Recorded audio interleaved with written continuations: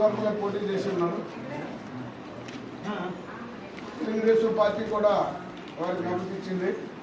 చంద్రబాబు నాయుడు గారు ఆజ్ఞ మేరకు మీ అందరి దగ్గరికి వచ్చి ఓటు అభ్యర్థించి పాకలపల్లి రఘువర్మ గారిని భారీ మెజార్టీతో గెలిపించాలనే సదుద్దేశంతో మీ దగ్గరికి వచ్చాం. అయితే రఘువర్మ గారికి మీరు ఎందుకు ఓటు వేయాలి? రఘువర్మ గారు అనే వ్యక్తి ఎటువంటి స్వార్థం లేనివాడు, నిస్వార్థమైనటువంటి మనిషి, మంచి వ్యక్తిత్వం ఉన్నటువంటి మనిషి, అహింసవాది. ఇవన్నీ మీకు ఎలా తెలుసు అంటే మా మండలం భోగపురం మండలం, మా మండలంలోనే ఆయన పుట్టి పెరిగింది. ఆయన స్వస్థలం కూడా భోగపురం హెడ్ క్వార్టర్. చిన్నప్పటి నుంచి కూడా ఆయన తాలూకా వ్యక్తిత్వాన్ని మేము దగ్గరగా చూసాం. ఉదాహరణకి మొన్న గత పరిపాలన మనం చూసాం. ఆ పరిపాలనలో ఈ 5 సంవత్సరాల కాలం ముగిసిపోయింది ఎమ్మెల్సీగా. ఆ 5 సంవత్సరాలు ఎంతటి మగాడైనా సరే వాళ్ళని అడగడానికి కానీ, శాసించడానికి కానీ, డిమాండ్ చేయడానికి కానీ ఇటువంటి అవకాశాలు కూడా ఆ గవర్నమెంట్ ఇవ్వలేదు.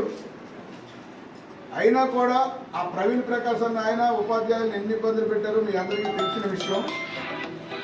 గొప్ప గొప్ప నాయకులు ఉన్నారు మీ యూనియన్లో, ఎవరు కూడా ఆయన ఎదిరించి ఆయన మీద కంప్లైంట్ ఇచ్చే పరిస్థితి లేదు.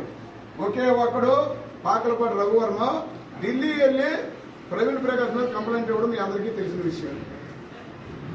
ఇంకోటి, ఎవరైనా ఎక్కడైనా రాష్ట్రం మొత్తం మీద ఉపాధ్యాయ కుటుంబాలకి ఏ కష్టం వచ్చినా నష్టం వచ్చినా 4 రోజులు వెనకో ముందు ప్రతి ఇంటిని వెళ్ళి వాళ్ళని పలకరించి పరామర్శించి వచ్చినటువంటి వ్యక్తి.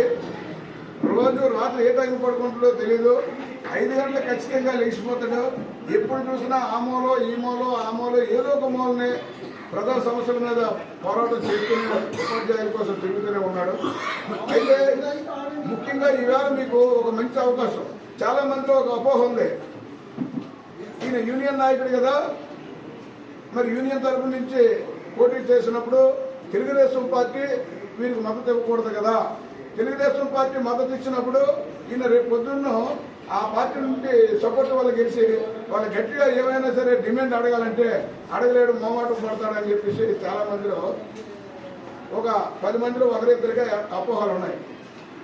చంద్రబాబు నాయుడు గారు కానీ, లోకేష్ బాబు గారు కానీ పాకలపాటి రఘువర్మ అంటే మహా ఇష్టం.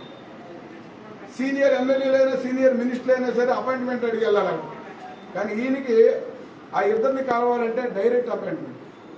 దీనికి కారణం ఏంటంటే ఈ రాక్షస పాలన అంతమందించడానికి సంవత్సరం ముందు నుంచే రఘువర్మ గారిని చంద్రబాబు నాయుడు గారు ఎక్కడికక్కడ రిపోర్టులు తెప్పించుకుని, ఎందుకంటే స్టేట్ అంతా మీ ఉపాధ్యాయులు ఉంటారు, వారి దగ్గర నుంచి పరిస్థితులు ఏంటో సేకరించండి అని చెప్పి ఇది పెట్టి ఎక్కడ ఏ ఎమ్మెల్యేని పెడితే గెలుస్తారు అని చెప్పి రాష్ట్రం అంతా కొన్ని పనులు, ఈ ఉత్తరాంధ్రలో కొన్ని పనులు.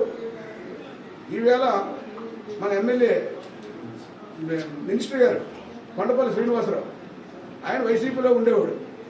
కేఏ నాయుడు కొంచెం కష్టం అని చెప్పి రిపోర్ట్లు వస్తే రాజు గారు మరి గజపతి నారాయణకు ఒక క్యాండిడేట్ని చూడండి అంటే ఈవేళ మినిస్టర్ గారిని పైకి తీసుకొచ్చి ఈ వ్యక్తికి ఇవ్వండి, ఈయన గెలుస్తాడని చెప్పి సూచించింది రఘువర్మ గారి. ఇలా చెప్పుకుంటూ పోతే చాలా ఉన్నాయి, అవన్నీ ఇక్కడ రాజకీయాలు అయిపోతాయి. ఇలాంటి అన్నీ కూడా పార్టీకి ఉపయోగపడ్డాడు కాబట్టి ఈయన కొట్టి తిట్టి ఏది సాధించలేని మనిషి.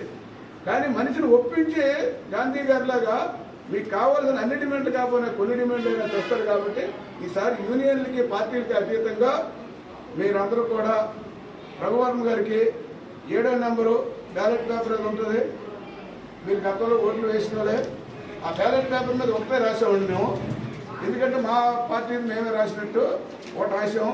మిగతా పేపర్ అంతా కూడా ఎంతమంది పోటీ చేశారో అన్ని పేర్లు ఉంటాయి, అంతమంది ఫోటోలు ఉంటాయి. మీకు రేపు ఆ బ్యాలెట్ పేపర్ ఇచ్చినప్పుడు 7వ నెంబర్ను గుర్తుంచుకోండి, పాకలపాటి రఘువర్మ పేరు గుర్తుంచుకోండి. ఆ బ్యాలెట్ పేపర్లో రఘువర్మ పేరు కిందగా ఫోటో పక్కనే ఒకటని గీత గీయండి. భారీ మెజార్టీతో రఘువర్మ గారిని గెలిపించండి. మీకు ఈసారి ఖచ్చితంగా మంచి జరుగుతుందని చెప్పి ఆశిస్తూ ఆకాంక్షిస్తూ ఈ అవకాశం మీకు ధన్యవాదాలు తెలియజేస్తూ